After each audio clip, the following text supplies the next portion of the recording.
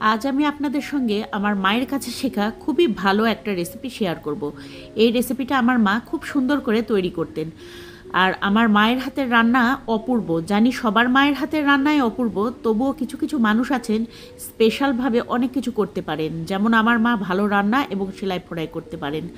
আসসালামু আলাইকুম বন্ধুরা, আশা করছি সবাই অনেক ভালো আছেন, সুস্থ আছেন। আমি জাকিয়া সুলতানা পাঁচবিবি থেকে বলছি। তো আমি বেশ কিছুদিন হলো জলপাই কিনে নিয়ে এসে ফ্রিজে রেখেছিলাম, আর বিভিন্ন রকম ব্যস্ততার জন্য সেগুলো কোনো কাজেই লাগাতে পারিনি। আর এই জলপাইগুলো একদম অনেকটা এবড়ো থেবড়ো হয়ে গেছে, পেকেও গেছে বেশ কিছু। তো সেখান থেকে একটু স্পটলেস আর শক্ত যেই জলপাইগুলো সেগুলো বেছে নিচ্ছি। তো এখানে 2.5 কেজি জলপাই আছে টোটাল। তো সেখান থেকে অল্প কিছু বেছে নিচ্ছি, ওই হাফ কেজির মতো হয়তো বা হবে। এগুলো বেছে নিয়ে এগুলো থেকে আমি ছোট ছোট করে সুন্দর করে এগুলোর গা চিড়ে চিড়ে নেব। আর এই রেসিপিটা হচ্ছে মোরব্বা। জলপাইয়ের মোরব্বা কিন্তু খেতে খুবই ভালো লাগে। আমার মা বিভিন্ন রকম মোরব্বা তৈরি করে, তার মধ্যে এটাও একটা রেসিপি। তো এই মোরব্বাটা তৈরি করতে খুবই অল্প মশলা লাগে। আর বন্ধুরা, অবশ্যই ভিডিওটা যারা দেখছেন যেখান থেকে, একটুও যদি ভিডিওটা ভালো লেগে থাকে তবে একটা লাইক দিয়ে আমার ভিডিওটা দেখা শুরু করবেন আর শেষ পর্যন্ত দেখবেন। আশা করছি আপনাদের ভালো লাগবে। আর কমেন্ট বক্সে অবশ্যই বলে যাবেন আমার রেসিপিটা কেমন হলো। তো দেখতেই পেলেন আমি সবগুলো জলপাই একইভাবে গা চিড়ে চিড়ে নিয়েছি। আর এখানে শুকনো ফ্রাই প্যানে আমি কয়েকটা মরিচ দিয়েছি। মরিচটা হালকা একটু টেলে নিয়ে এখানে আমি একটা সাদা এলাচ, 3টা সাদা এলাচ দিয়েছি, আর 1 টেবিল চামচ জিরা দিয়েছি। এটা গোটা জিরা, ধনে কিন্তু আমি ব্যবহার করিনি এখানে। এই মোরব্বাটাতে ধনে দিতে হয় না।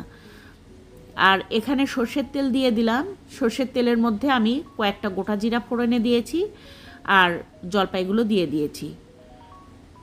আর জলপাইগুলো দিয়ে একটুক্ষণ তেলের মধ্যে, গরম তেলের মধ্যে মিশিয়ে নিলাম। আর এখানে আমি হাফ কাপ চিনি দিয়ে দিচ্ছি। হাফ কাপ চিনি দিয়ে খুব সুন্দর করে এটা একটু নাড়াচাড়া করে নিলাম। এটা খুব সুন্দরভাবে এখন চিনি আর জলপাই মিশে নিয়েছি। এতে একটুখানি পানি দিয়ে দেব। তো এখানে 1 কাপ পানি দিয়েছি। এতে করে সুন্দরভাবে চিনিটা মেল্ট হয়ে যাবে, আর জলপাইটাও খুব সুন্দরভাবে এই পানিতেই সেদ্ধ হয়ে যাবে। আলাদা করে সেদ্ধ করার কোনো দরকার নেই। আর এখানে আমি একটু স্বাদমতো হাফ চা চামচ লবণ দিয়ে দিয়েছি, আর একটুখানি হলুদ দিয়েছি। হলুদটা কিন্তু প্রাকৃতিক প্রিজারভেটিভের কাজ করে, তো এই হলুদটা থাকলে খাবার সহজে নষ্ট হয় না। আর ওই যে ভেজে রেখেছিলাম যে মশলাটা, সেটা গুঁড়া করে দিয়ে দিলাম। আধ ভাঙা করে নিয়েছি, একটু দানা দানা গুঁড়া আছে, একদম পাউডার করে নেইনি। আর আজকে দর্শক, আমার শারীরিক অবস্থা খুবই খারাপ, ঠান্ডা লেগে গেছে, কথা শুনে নিশ্চয়ই বুঝতে পারছেন। তো যাই হোক, দেখতেই পাচ্ছেন আমি এইরকম করে জাল দিয়ে নিচ্ছি, খুব হালকা হাতে নাড়াচাড়া করে দিচ্ছি। বেশিরভাগ ক্ষেত্রেই হ্যান্ডেল ধরে এরকম ঝাঁকুনি দিয়ে দিয়ে আমি উল্টে পাল্টে নিচ্ছি, নিচ থেকে যাতে পুড়ে না যায়। আর আমার আম্মা এটা কড়াইয়ে করে রান্না করতেন, কড়াইয়ের 2 পাশে হ্যান্ডেল ধরে এভাবে ঝাঁকিয়ে ঝাঁকিয়ে নিতেন, উল্টে দিতেন। তো আমি চেষ্টা করেছি আমার মায়ের মতো করেই করার। আর এখন চুলাটা একদম অফ করে দিয়েছি, ভেতরে একদম পানি নেই। দেখতেই পাচ্ছেন মোরব্বাটা একদম পারফেক্টভাবে হয়ে গেছে। আর এই যে একটা সার্ভিং ফ্রিজে আমি এটা সার্ভ করে দিয়েছি। আর উপর থেকে একটু গ্রেভিটা যেটা ছিল মোরব্বার, যে ক্যারামেলটা ছিল, সেটা উপর থেকে দিয়ে দিচ্ছি।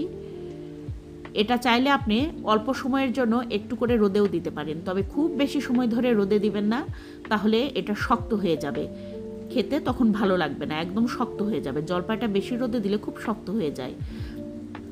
আর দেখতেই পাচ্ছেন ভিতরটা পর্যন্ত কি সুন্দর জুসি হয়েছে, একদম নরম, রসে টইটুম্বুর, রস পড়ছে টপ টপ করে। তো এইরকম করে কিন্তু খুবই অল্প সময়ের মধ্যে আপনারা বানিয়ে নিতে পারেন। এটা 15 থেকে 20 মিনিটের মধ্যেই রেডি হয়ে যায়, খুব বেশি সময় লাগে না, আর খুব বেশি মশলাও লাগে না।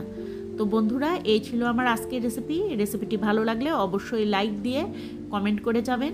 আর চ্যানেলটি সাবস্ক্রাইব না করে থাকলে সাবস্ক্রাইব করে দিয়ে পাশে থাকা বেল আইকনটি বাজিয়ে অল অপশনে একটা ক্লিক দিয়ে দেবেন। সেই সাথে পুরাতন বন্ধুদের জানাচ্ছি অসংখ্য অসংখ্য ধন্যবাদ। তো সবাই ভালো থাকবেন, সুস্থ থাকবেন। দেখা হবে নেক্সট ভিডিওতে। আল্লাহ হাফেজ।